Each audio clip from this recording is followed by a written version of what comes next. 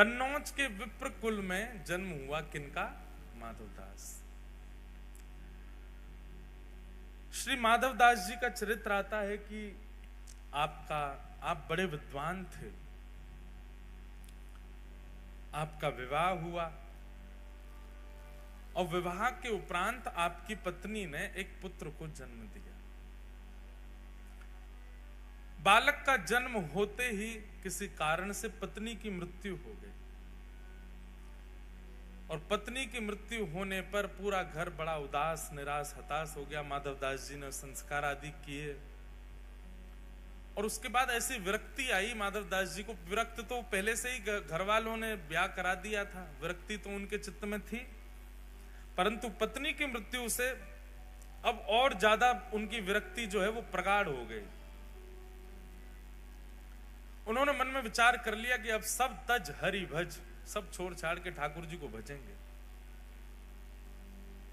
एक बात कहें बंधुओं, माधवदास जी के चरित्र में नहीं कह रहा हूं, अपने विषय में, हम आप सब लोगों के विषय में कह रहा हूं कि हम प्रतीक्षा क्यों करते हैं कि जब कुछ घटना घटे तो ही हम ठाकुर जी के शरणागत हों। प्रतीक्षा मत करो घटना की। वास्तव में कोई घटना होने के बाद, ठोकर लगने के बाद या फिर किसी प्रकार की स्थिति आने के बाद जब हम भगवत सन्मुख होते हैं, ठाकुर जी को अच्छा तो लगता है पर उतना प्रिय नहीं लगता। लेकिन कोई व्यक्ति सर्व व्यवस्था होने के बाद भी, सब कुछ सुमंगल होने के बाद भी ठाकुर जी को शरणागत हो जाता है, तब ठाकुर जी को बहुत प्रिय लगता है। तब लगता है ठाकुर जी को, हाँ ये प्रेम मेरे लिए वास्तविक है। कोई व्यक्ति आपसे प्रेम इसलिए कर रहा है क्योंकि उसका मन नहीं लग रहा। कोई व्यक्ति आपसे प्रेम इसलिए कर रहा है क्योंकि उसके प्रेम के पीछे एक कारण विद्यमान है, एक कारण है जिसके कारण वो आपसे ब्याह कर रहा है। जैसे कि विवाह संबंधों में भी अगर कन्या ने आपसे विवाह किसी कारण से किया, चाहे आपके धन के लिए किया, चाहे आपकी संपत्ति के लिए किया, चाहे किसी और कारणों से किया, तो कारणों से हुआ संबंध आपको पता लगने पर इतनी प्रसन्नता नहीं होती, क्षोभ होता है चित्त में। ऐसे ठाकुर जी जब अपने शरणागत को देखते हैं तो शरणागत को देख करके ठाकुर जी तुरंत नेत्र बंद करके विचार करते हैं कारण क्या है इसकी शरणागति का। और जब कारण ठाकुर जी को पता चलता है, ओहो जीवन में दुविधा है, सब जगह ठोकर खा खा के बेचारा परेशान हो गया है, सब जगह विश्वास करके देख लिया लेकिन फिर भी इसको अविश्वास मिला है, सब जगह से ऐसा हो करके अंत में मेरे शरण में आया, तो ठाकुर जी मुस्कुराते तो हैं पर प्रसन्न नहीं होते। लेकिन कोई व्यक्ति बिना किसी कारण के ठाकुर जी के सन्मुख चला जाए, बिना किसी कारण के ठाकुर जी का हो जाए, वो अति प्रिय होता है। अकारण प्रेम करो, अहेतुकी भक्ति करो ठाकुर जी की। किसी घटना की प्रतीक्षा मत करो कि वो हो तो ही हम ठाकुर जी के सन्मुख जाएं।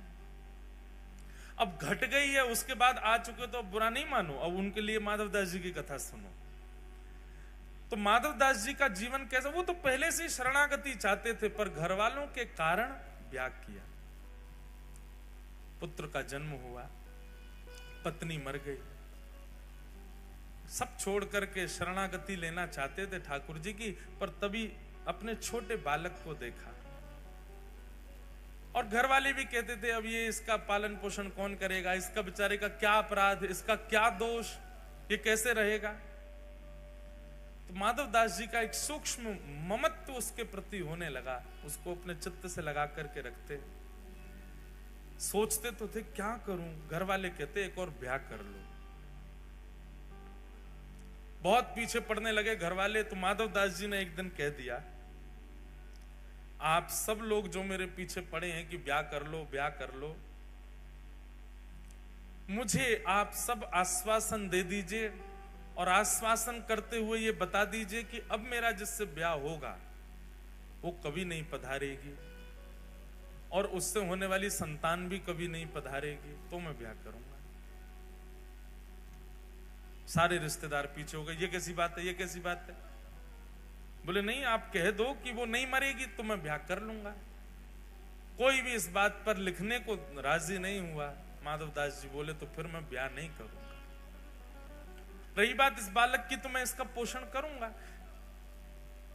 माधवदास जी उस बालक को लिए घूमते रहते।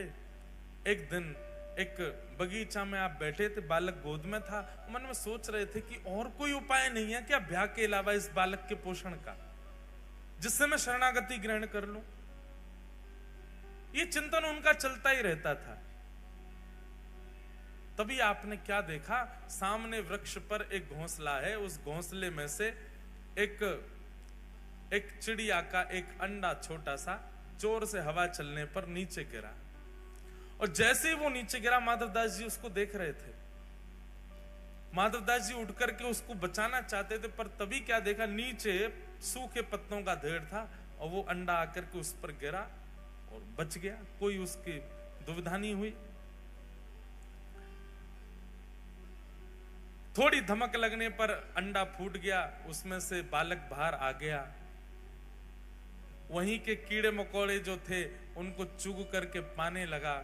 माधवदास जी के मन में बात आई, बोले हम बेफिजूली की चिंता करते हैं कि इसको कौन पालेगा, इसको कौन रखेगा, इसको कौन संभालेगा।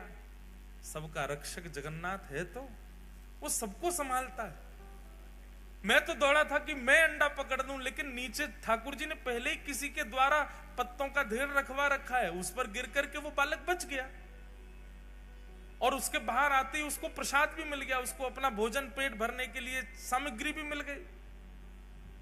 ना तो इसकी मां इसके पास है, ना इसके पिता इसके पास है, इसका पालन भी तो हो रहा है। कौन कर रहा है? बोले जगन्नाथ कर रहा है। मैं क्यों चिंता करता हूं अपने बालक की? और उसी समय अब देखो, संसार की दृष्टि में इसको गलत माना जाएगा। इसमें क्या माना जाएगा? अपने कर्तव्य से भाग गया। पर वैष्णव दृष्टि में जब विश्वास प्रगाढ़ हो जाता है ना, तो व्यक्ति सब त्याग ही देता है। फिर चाहे पत्नी हो, बच्चे हो, परिवार हो, कोई भी हो। हम आपको आज्ञा नहीं दे रहे हैं या आपको प्रोत्साहित नहीं कर रहे सब त्यागने को। जिस दिन चित्त में प्रगाढ़ भक्ति प्रकट होगी, आपको कोई बोलेगा नहीं त्याग करो, आप अपने आप छोड़ दोगे सबको। इसीलिए हम बार बार कथा में कहते हैं, ज्यादा कथा मत सुनो, ज्यादा बार बार मत सुनो। क्यों? क्योंकि त्याग की स्थिति बहुत बढ़ जाएगी। अभी युवा बहुत आते हैं कथाओं में, और उन युवाओं की स्थिति ऐसी होती जा रही है। जलंधर में अभी हाल देखते आप, वहां बालक ऐसे हो गए कि वो अब संग ही भगने को तैयार हैं। जहां कथा हो वहीं चल देंगे, जहां आप जाओगे वहीं चल देंगे। ये प्रारंभिक त्याग, दो प्रकार के त्याग आते हैं। एक प्रारंभिक त्याग जो होता है, उसमें भी सब छोड़ने का मन होता है, पर उस समय रुकना चाहिए। वो नया नया त्याग है, नए नए त्याग में छोड़ने का मन होता ही है। कुछ समय प्रतीक्षा करो तो फिर समझ में आता है कि अभी त्याग वास्तविक आया नहीं है। लेकिन जो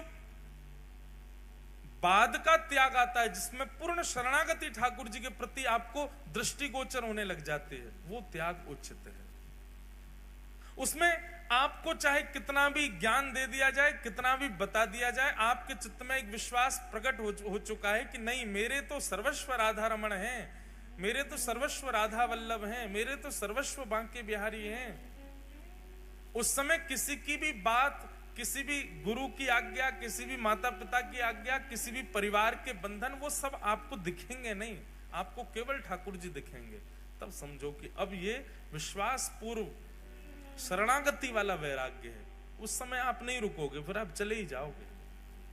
और ये सबके चित्त में नहीं आता। जिसको ठाकुर जी स्वीकार करते हैं उसी के चित्त में ऐसा वैराग्य आता है। माधवदास जी के चित्त में आ चुका था। अपने पुत्र को परिवार के हवाले छोड़ करके श्री माधवदास जी जगन्नाथपुरी चले गए और महाप्रभु श्री जगन्नाथ जी की शरण ग्रहण कर ले।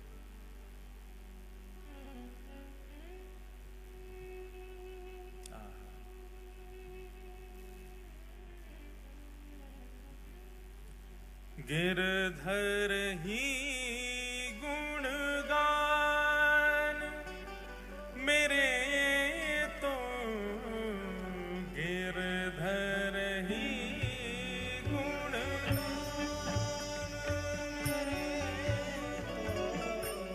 गिरधर